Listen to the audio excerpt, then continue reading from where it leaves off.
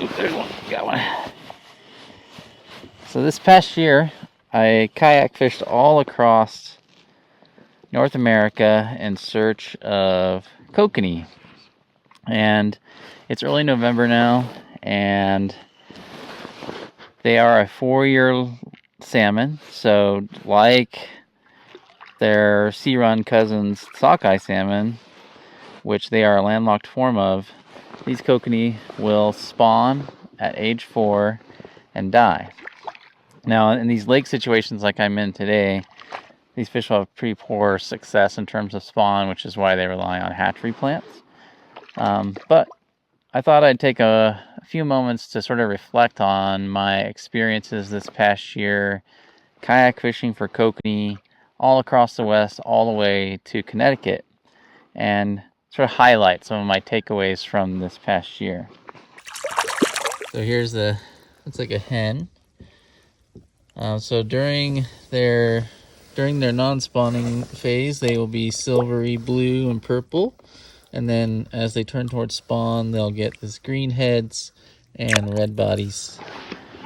So my first key takeaway is that the stealthiness of kayaks makes them an absolutely stellar platform to target kokanee. I'm underway right now. I'm moving along at 3.5 miles per hour, and typically when I'm trolling for kokanee, which is the primary way I fish for them, I'm only trolling at like 1 to 1.5. It just, the PDL drives and paddling just makes such little amount of noise. And of course my favorite time to target kokanee is in the spring in the lowland lakes, and then in the summer in the highland lakes, because that's when those surface temperatures are prime for kokanee in that 55 to 58 degree range.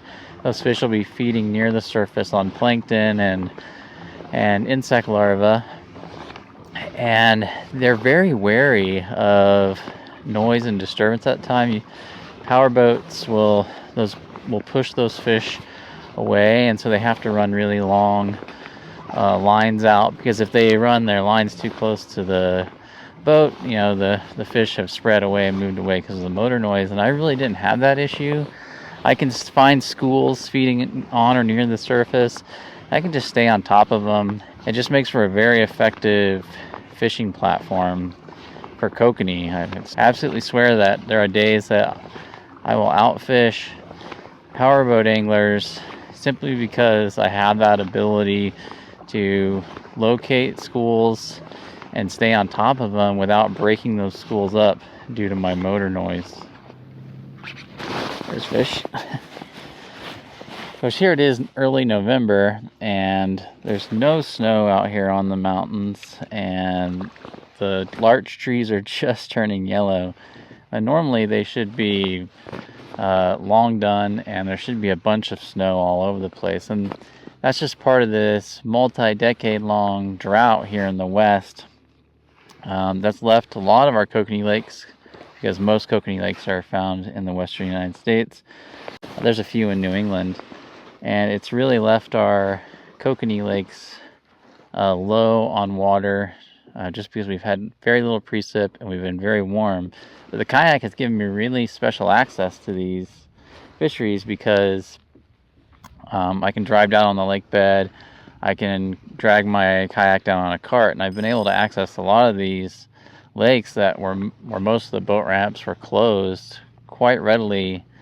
So it really has been an advantage for me this year. I don't have to make these long 20 or 30 mile runs, which are impossible for me, but still an annoyance in a powerboat. With a kayak, I could drop right in on top of the fisheries I wanted to target. There's fish. And of course, one of the things I was really worried about was that I was going to be fishing a lot of unfamiliar water, and I didn't know if the techniques that I had sort of honed here in the Pacific Northwest would apply to kokanee fisheries across the West. And it turned out that it actually did. It didn't seem to matter whether I was in Connecticut or if I was in Utah, California, or on my home waters. The same trolling techniques worked time and time again. Same colors, same speeds, same baits. So it kind of told me that there is sort of a universal approach to kokanee fishing that works, and if you apply that methodology all across kokanee range, then you will come away with success. Ooh, there's one. Another thing I took away is that electronics are absolutely key to success on the water. Not only does it help you locate schools of kokanees, you can mark them quite easily, they have large air bladders, but it also gave you the depth at which they're at. So being able to target that ideal depth zone, and also it gives you troll speed because of the fish finders I use have GPS built in, and because I'm trolling, troll speed is absolutely critical. Kokanee really don't like a fast troll speed, so somewhere right in that 1 to 1.5 mile per hour range is ideal for this species. This is a pretty hen. There's fish.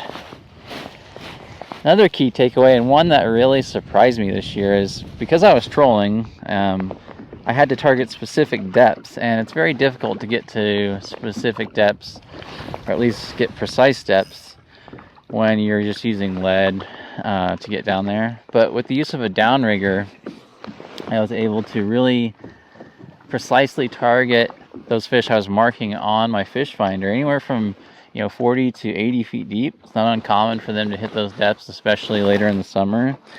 And there was just a lot of times that 70-80% of my fish were coming off of the downrigger, and I just wasn't finding this fish as effectively on my lead dropper rigs. And so the big takeaway for me there was that use of a downrigger on a kayak in combination with your electronics is a very powerful tool for a kokanee angler, and can lead to much faster limits and much higher success rates.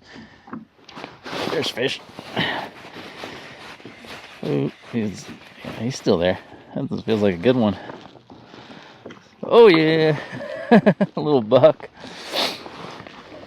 And my final takeaway is that all across my tour on this Kokanee Across America, I ran into so many awesome people that were just so helpful and friendly. And I think that's something that's really unique to the Kokanee community, is that there's a lot of effort to share information and help other anglers out to help them catch fish, which is just not something you see in a lot of other fishing communities.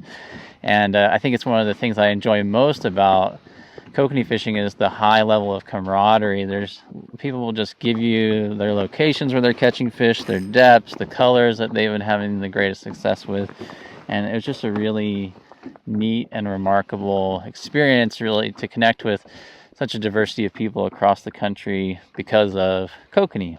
Anyways, be sure and check out my YouTube channel for links to all of the videos that I featured from all the fisheries that I visited on my kayak when I was kayak fishing for kokanee across the country, from Connecticut to California. And if you have any questions, just let me know in the comment section below. All right, guys, bye.